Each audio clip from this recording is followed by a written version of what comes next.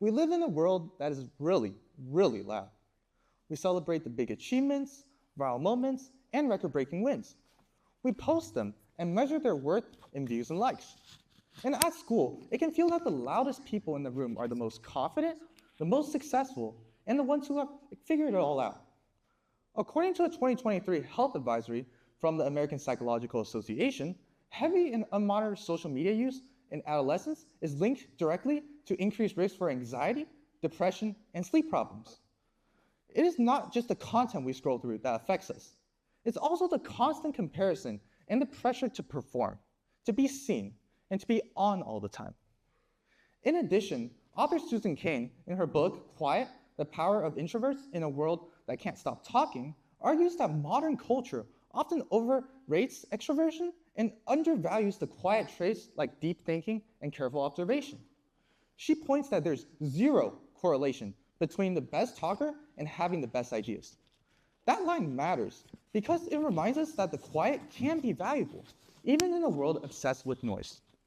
And that is what I want to talk about today.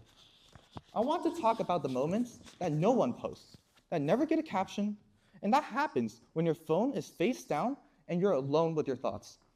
The unnoticed ones, the quiet moments, the ones that seem meaningless. And what happens in that quiet? My journey started with long ago. I've always been quiet, not mute, not antisocial, just naturally more comfortable listening than talking. I like to observe. I like to think. And before I moved to the United States, that quiet felt normal. It was my way of being around the world. But when I moved to the US in second grade, that quiet stopped being a choice.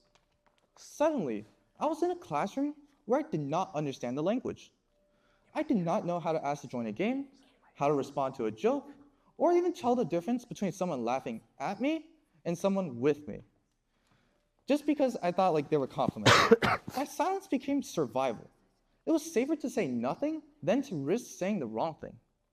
My teacher could see I was lost, so they assigned me the only other peer buddy, the Asian student in the grade. She was everything I wanted to be. Fluent in English, confident, successful, even a national piano player. She translated for me, explained jokes, and helped me navigate through recess despite the constant bullying. For a while, I borrowed her voice. I depended on her for everything. What the teacher meant, what classmates were saying, or even how I should respond so I wouldn't make a mistake. But without realizing it, it formed a new silence. It was a silence that let me connect with her, arguing about whether invisibility or shape-shifting is the best power, playing handball till our palms done, or watching her practice piano so seriously that it pushed me even towards music too. I felt seen, but also felt I adapted to her, shaping myself around what she liked and what that would require to keep that one connection. So when that one voice stopped standing next to me, the whole room got louder, and I had no way to translate anymore. So she stopped standing next to me one day. My quiet shifted again, and this time it changed so fast that I felt completely lost. And that is when things began to change. We drifted apart. She formed a new group of friends, some of them who were the same kids who joked about my accent and my silence. There was no big fight or dramatic scene. Just one day, I realized I was standing alone again in a room full of people who've already decided who I was. The quiet I built to survive suddenly again stopped working. It was no longer my choice. It was a wall between me and everyone else, like the decision was made for me. When you feel invisible long enough, you start to look for other ways to be seen. The need for connection grows into the need for compensate. So if I couldn't be liked, maybe at least I could be respected. And if people wouldn't listen to who I really was, maybe they would listen to an impressive version of me. So I did what a lot of insecure teenagers did, perform. My quiet turned into loudness, because if I couldn't be understood, at least I wanted to be noticed. I bragged about my future. I talked about how successful I would be because I had the secrets of the world in a notebook called Top Secret, and how I would be above others. On the outside, this might have looked like confidence, but on the inside, it was fear wrapped in volume. I was not loud by personality. I was loud because I was afraid. Psychologists sometimes call this a protective self, a version of you that mainly exists to guard you from rejection. It doesn't always reflect who you really are, but instead who you're afraid of. But like expected over time, my strategy began to backfire. People pulled away. Not because they were necessarily cruel, but because they could sense something about me that wasn't authentic. The more I sounded impressive, the more distant people went. And that was when my silence hit rock bottom. I was surrounded by people, but I did not feel seen by any of them. Then the How to Be a Better Mom class switched everything. One day, because I didn't have a ride, my mom dragged me along to her parenting class. I sat in the back with my laptop doing online debate lessons, trying not to make eye contact with anyone. It was a random room with fluorescent lights and folding chairs. Nothing seemed like it was a turning point. But a girl from the group noticed me sitting alone. She was not assigned to help. She did not have a title. She just walked over and started talking to me. She laughed at my awkward jokes. She offered me snacks. She treated me like I was someone worth knowing. No one filmed that moment. It did not go into anyone's story, but it was huge. It was the first time in a long time that someone stepped into my silence instead of turning away from it. As our families became closer, I began helping at the group's events. I set up tables, organized craft for kids, entertained them, and cleaned up afterwards. None of it was glamorous, but most of it went completely unnoticed. But in those small, quiet tasks, something shifted. My quiet wasn't just a shield anymore. It was becoming a tool.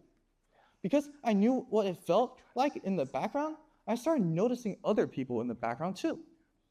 Developmental psychologists Christian Lyons and Philip Zelasko describe this as self-reflection as a key part of self-regulation, the way we manage our thoughts, emotions, and actions as we grow. Their research suggests that the ability to reflect on ourselves, to notice our own patterns, is one of the driving forces behind how we control our behavior over time. In other words, the quiet we spend thinking about what we feel is not wasted. It is how our brains practice growth. And I slowly became a leader among the younger kids. I was guiding them, checking in on them, and making sure no one was left out. I was not the loudest person in the room. I was not the funniest, and still not, by the way. I just genuinely liked being myself, a side that I wanted to express since the beginning of my story. The loudest changes in my life did not happen on stages or in public moments. They happened in the quiet. They happened when I stayed up late, staring at the ceiling, asking myself why pretending to be confident felt so exhausting. Quiet is finally where we hear ourselves when everyone else's expectations fade out. Quiet is when we see which parts of us are real and which ones are built out of fear. Quiet is where we start to ask better questions like, not how do I look, but who am I becoming? Quiet is loud. However, I do not want to pretend that silence is automatically good.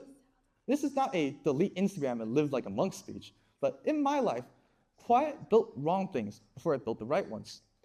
In the beginning, silence helped create defense mechanisms. It made it easier to pull away than to risk another rejection. It made arrogance feel safer than vulnerability. It taught me how to survive, but not how to connect. But with time, reflection, and the right people, like that girl who noticed me in the back of the room, silence became something else. It became a workshop. A workshop is messy. Nothing is finished. There are broken pieces, half-built ideas, and failed experiments. But it's where the real work gets done. Our inner quiet is like that too. It is where we replay conversations and decide how to be kinder next time. It is where we feel jealousy instead of acting upon it. If we ask, what is this really about? It is where we realize that some of the roles that we've been playing, chess clown, class clown, overachiever, I don't care about anything, are not actually who we want to be long term. None of that is visible from the outside. But all of this is loud within us. An APA Monitor article from 2025 reports that only about 58.5% of US teens say they always or usually receive the social and emotional support they need. That means a lot of us are doing this inner work, this rebuilding and questioning, while feeling like we do not fully have the support we had. So if you feel like you're ever doing life wrong because you're not loud or flashy or consistently on, I want to offer a different perspective. You're not behind. You're not less. You're in the workshop. You're building depth. Yeah, but like, Quiet is not just about being shy. It is what you do when you could react, but you can choose not to. Quiet can be a pause before you hit send, a breath before you speak in anger, a moment where you choose to listen even though you really wanted to win the argument. what? Quiet is not about volume. It is about intention. The world claps for the visible, the grades, the awards, the titles, the followers. But visibility is not the same as value, and it definitely does not mean the same as identity. Only the quiet moments can tell you who you really are. My story is not finished. I'm still quiet. I still overthink. I still have days when I default back to performance instead of honesty. But now I see my quiet differently. So if you feel unseen, if your effort, your kindness, or your progress goes unnoticed, if you feel like everyone else is racing ahead while you're stuck in your own head, remember this. Being unnoticed is not the same as being unimportant. Silence is not the absence of growth. It is the place where growth is built. The loudest parts of my life, the wins, the applause, the visible achievements came much later. They were built on the unnoticed ones, though. The failures, the rethinking, the small acts of care that no one else saw. The world claps for the result, but it is the quiet that shapes the person who earns it. Quiet does not mean you're empty. Quiet means you're still becoming. Thank you.